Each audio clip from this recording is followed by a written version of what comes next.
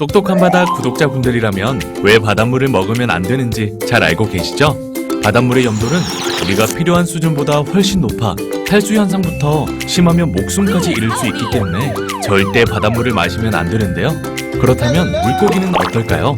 어떻게 바다에서 한평생 하루 종일 바닷물을 마시며 살 수 있는 걸까요? 똑똑한 바다. 오늘은 물고기가 염도 높은 바닷물을 마시며 살아도 전혀 문제가 되지 않는 이유에 대해 알려드립니다. 우리는 바닷물을 그대로 마실 경우 체내 염류 농도와의 차이로 인해 수분이 빠져나가는 탈수 현상을 겪게 되는데요. 바다에 사는 물고기는 우리와 반대로 염도가 높은 바닷물을 마시지 않으면 몸속 수분 균형이 깨져서 살 수 없게 돼요. 그렇기 때문에 바다에서 살며 바닷물을 마시고 있는 건데요. 하지만 물고기도 바닷물을 계속 마시다 보면 몸속에 염분이 쌓이게 될 텐데 어떻게 아무 문제 없이 바닷속을 헤엄치며 살아가는 걸까요? 그 이유는 바로 물고기의 아가미에서 찾을 수 있어요. 물고기가 아가미를 통해 호흡을 하는 건 다들 잘 알고 계시죠? 물고기는 이 아가미 호흡을 통해 몸속 염분의 농도를 조절하는데요. 물고기의 아가미 호흡을 좀 더 쉽게 이해하기 위해 아가미의 구조를 잠시 살펴볼까요? 아가미는 빗살 무늬판이 겹쳐진 모양으로 붉은 빛을 띠고 있는데요. 이는 아가미의 모세혈관이 많이 분포되어 있기 때문이에요. 아가미 뚜껑을 열었다 닫았다 하면서 바닷물이 입속으로 들어와서 아가미 사이로 흘러가게 되는데요. 이 과정에서 물속의 산소가 아가미의 모세혈관을 통해 흡수돼요. 그렇기 때문에 물고기는 숨을 쉬기 위해 쉬지 않고 아가미를 움직여서 바닷물을 들이마실 수밖에 없는 거죠. 그렇다면 물고기가 마신 바닷물의 염분은 어떻게 되는 걸까요? 염분 또한 아가미가 조절하게 되는데요.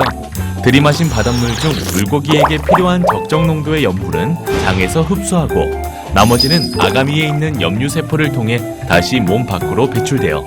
아가미의 상피세포층에 있는 염류세포는 소금의 주성분이자 바닷물 염분 중 가장 비중이 높은 염화나트륨 배출을 도와줘요.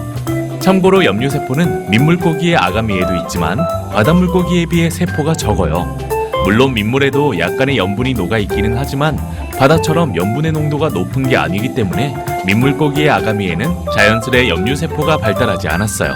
그래서일까요? 민물에 사는 물고기 중에는 아가미와 함께 피부로도 호흡을 하는 말뚝망둥어, 소화기관으로 호흡을 하는 미꾸라지도 있어요. 심지어 인간이나 고래처럼 폐를 가진 물고기도 있는데요. 남아메리카 페어, 아프리카 표범 페어 등이 있어요. 페어의 폐는 물고기의 부력을 조절하는 부레가 변형되어 발달한 장기인데요. 우리가 생각하는 일반적인 형태의 폐는 아니지만 덕분에 페어는 물속과 밖에서 모두 호흡을 할 수 있어요. 특히 아프리카 표범 페어는 폐를 가진 덕분에 아프리카의 혹독한 건기도 무사히 보낼 수 있는데요. 강이나 호수 바닥이 마르기 시작하면 겨울잠 자는 곰처럼 땅을 파고 들어가 휴면을 시작해요. 바로 이때부터 아프리카 표범 페어는 아가미가 아닌 폐로 호흡을 시작하는데요. 덕분에 비가 내리지 않아도 땅속에서 무사히 건기를 보낼 수 있어요.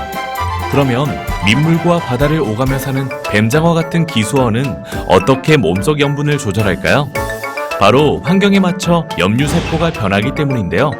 민물에 살던 뱀장어가 바다로 나가게 되면 바다 물고기와 같이 아가미의 염류세포가 발달하여 문제없이 염분을 몸 밖으로 배출할 수 있어요.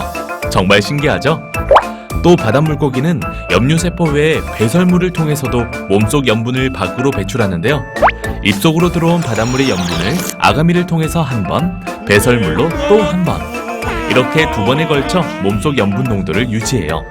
이제 바닷물고기가 우리와 달리 바닷물을 마시며 살아도 괜찮은지 의문이 좀 풀렸나요? 해수부는 언제나 여러분의 질문을 기다립니다. 바다에 대한 궁금증을 댓글로 달아주세요. 해수부가 답합니다. 구독과 추천 꾹!